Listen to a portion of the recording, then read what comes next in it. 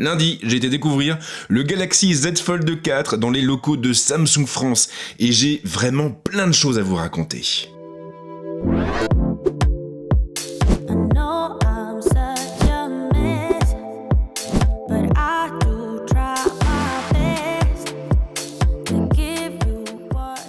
Comme beaucoup, j'ai été très déçu par les différents rendus du téléphone qui ont fuité avant l'annonce. Des rendus qui laissaient augurer peu de changements. On y découvrait un téléphone identique ou presque à celui de l'année passée. Mais souvent, le diable se cache dans les détails et c'est vraiment cette idée qui s'est imposée à moi lorsque j'ai pris en main l'appareil. Parce que des changements, il y en a quand même quelques-uns. C'est indéniable, le Galaxy Z Fold 4 ressemble beaucoup à son prédécesseur. Le format ne change pas. Pas plus que ses finitions, et ce n'est pas forcément une mauvaise chose. Ce n'est pas une mauvaise chose car le Fold 3 approchait déjà de la perfection. Le form factor reste donc inchangé, un écran extérieur, un écran intérieur pliant, le passage de l'un à l'autre en toute transparence, le support du S Pen, vous connaissez déjà la chanson. Avec 4 coloris au choix, noir, anthracite, ivoire et bordeaux. Attention en revanche car ce dernier sera exclusif au Samsung Shop. Toutefois, Samsung n'a pas repris le même châssis que l'année dernière. Le Galaxy Z Fold 4 bénéficie d'une nouvelle conception. La charnière tout d'abord est beaucoup plus fine, elle ressort donc moins et cela participe à améliorer l'appréhension du téléphone. Le châssis est également un peu plus anguleux et les écrans occupent plus de place. Mieux encore, ils sont aussi un poil plus larges. Samsung a en effet rogné sur les bordures entourant les dalles afin de leur offrir plus de place. C'est notamment le cas de l'écran arrière qui atteint un taux d'occupation de 90% contre 85 à 86% l'année dernière. Il est en outre un peu plus large, ce qui le rend du même coup plus confortable à l'usage. Du moins d'après Samsung. Ce n'est en effet pas en quelques heures que l'on peut se faire une véritable idée d'un produit aussi complexe que le Fold 4. L'écran intérieur gagne lui aussi en largeur. En revanche, il faudra toujours le tourner à 90 degrés pour profiter pleinement de ses films et de ses séries. Ce qui gâche un petit peu la fête. Il faudra en effet une action supplémentaire avant de s'installer confortablement devant ses contenus. Mais le Galaxy Z Fold 4 a aussi un autre atout, sa solidité. Samsung a pas mal bossé sur ce sujet. La marque évoque une résistance accrue de l'ordre de 10%. Elle a d'ailleurs appliqué du Gorilla Victus à l'avant comme à l'arrière. En prime, on retrouve aussi une certification IPX8 et le téléphone sera donc résistant à l'eau. Pas de logement pour le S Pen en revanche, ce qui n'est pas très étonnant compte tenu de la place occupée par la batterie. Cela dit, une nouvelle coque va être commercialisée, une coque plus pratique que celle de l'année dernière. Un Galaxy Z Fold 4 plus aérien donc, mais aussi plus solide. Bref, un Galaxy Z Fold 4 plus mature. Et ce constat on le fait également en consultant la fiche technique du produit. Ce n'est pas forcément la partie la plus intéressante, mais il faut tout de même faire un point sur la fiche technique du Galaxy Z Fold 4. Côté écran, on retrouve comme à chaque fois une dalle AMOLED de dernière génération avec la même résolution que l'an passé. La seule différence notable vient finalement de la caméra frontale placée au niveau de l'écran intérieur. Samsung a augmenté légèrement la densité des pixels recouvrant la zone pour la cacher un peu plus. Et effectivement, en pratique, elle semble un petit peu moins présente. Ensuite, on va retrouver un Snapdragon 8 Plus Gen 1 couplé à 12 Go de mémoire vive. L'espace de stockage se déclinera pour sa part en 3 saveurs, 256 Go, 512 Go ou 1 Tera. Attention en revanche car les prix s'envoleront très vite. Pas de changement au niveau de la batterie. On reste sur du 4400 mAh. La charge est en revanche un peu plus rapide et elle atteindra les 25 watts en filaire et les 15 watts en sans fil. Et puis bien sûr il y a la photo. La matrice change. Samsung a en effet équipé le Fold 4 du module photo du Galaxy S22 Plus.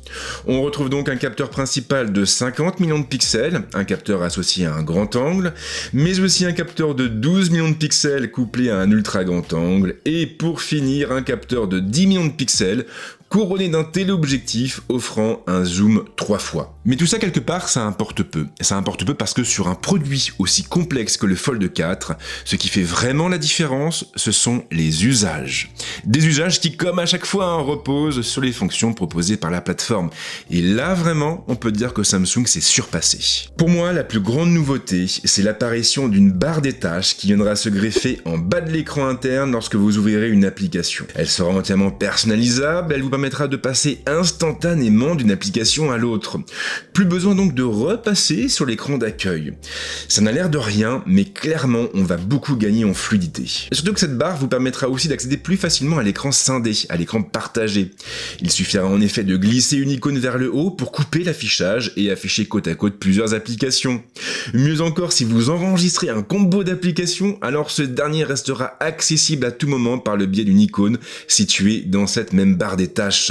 C'est vraiment bluffant et ça fonctionne très bien. Autre fonction appréciable et qui m'a beaucoup amusé, celle du zoom. Lorsque vous dépassez un grossissement en 20 fois, un double aperçu va s'activer. À droite, vous aurez votre cadrage, ce que l'appareil est en train de filmer ou de photographier. À gauche, vous aurez un aperçu de la scène globale avec un marqueur pour vous aider à vous situer. C'est plutôt futé et bien pensé. Il y a également un peu de neuf sur le Flex Mode, mais je pense qu'on en reparlera dans une vidéo plus complète. Alors je pense, pour conclure, que le mieux, c'est encore de nous plonger dans une espèce de rétrospective de la gamme. Au début, il y a eu le Fold 1, le premier Fold. Personnellement, j'avais accroché au concept, mais vraiment, complètement. En revanche, la réalisation m'avait laissé sur ma faim. Je trouvais qu'on n'était pas au niveau de ce que proposait Samsung à l'époque. L'année suivante, la marque a lancé le Fold 2, un appareil qui a corrigé tous les défauts de jeunesse du Fold. Le tout avec des finitions exemplaires et qui s'alignait vraiment sur l'offre premium de l'entreprise. Et puis ensuite on a eu le Fold 3, un appareil qui reprenait beaucoup de la recette originale, qui ressemblait pas mal au Fold 2, mais qui brillait par une nouveauté notable. Plusieurs, mais il y en a une en particulier qui m'avait vraiment beaucoup surpris et qui m'avait surtout beaucoup enthousiasmé.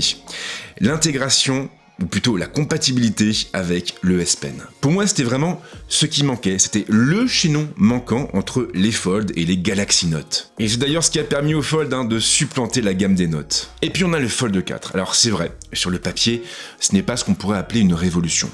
Mais pour moi, le Fold 4 marque l'entrée de la gamme dans ce que j'ai envie d'appeler l'ère de la maturité. Samsung aujourd'hui est l'un des seuls constructeurs qui a réussi à produire en masse des smartphones pliants, à les produire en masse mais aussi à les vendre. Et ça, c'était pas gagné d'avance. Et du coup, avec le Fold 4, on retrouve tout ce qui a contribué au succès de la gamme, mais avec pas mal d'améliorations discrètes. Des améliorations qu'on ne voit pas forcément à l'œil nu en regardant les rendus qui ont fuité sur internet, mais qui risquent quand même de changer drastiquement la manière dont on utilise le produit. Après, il y a la question du prix, et là, clairement, ça fait mal. On a un prix de départ qui est fixé à 1799 € pour la version 256 Go.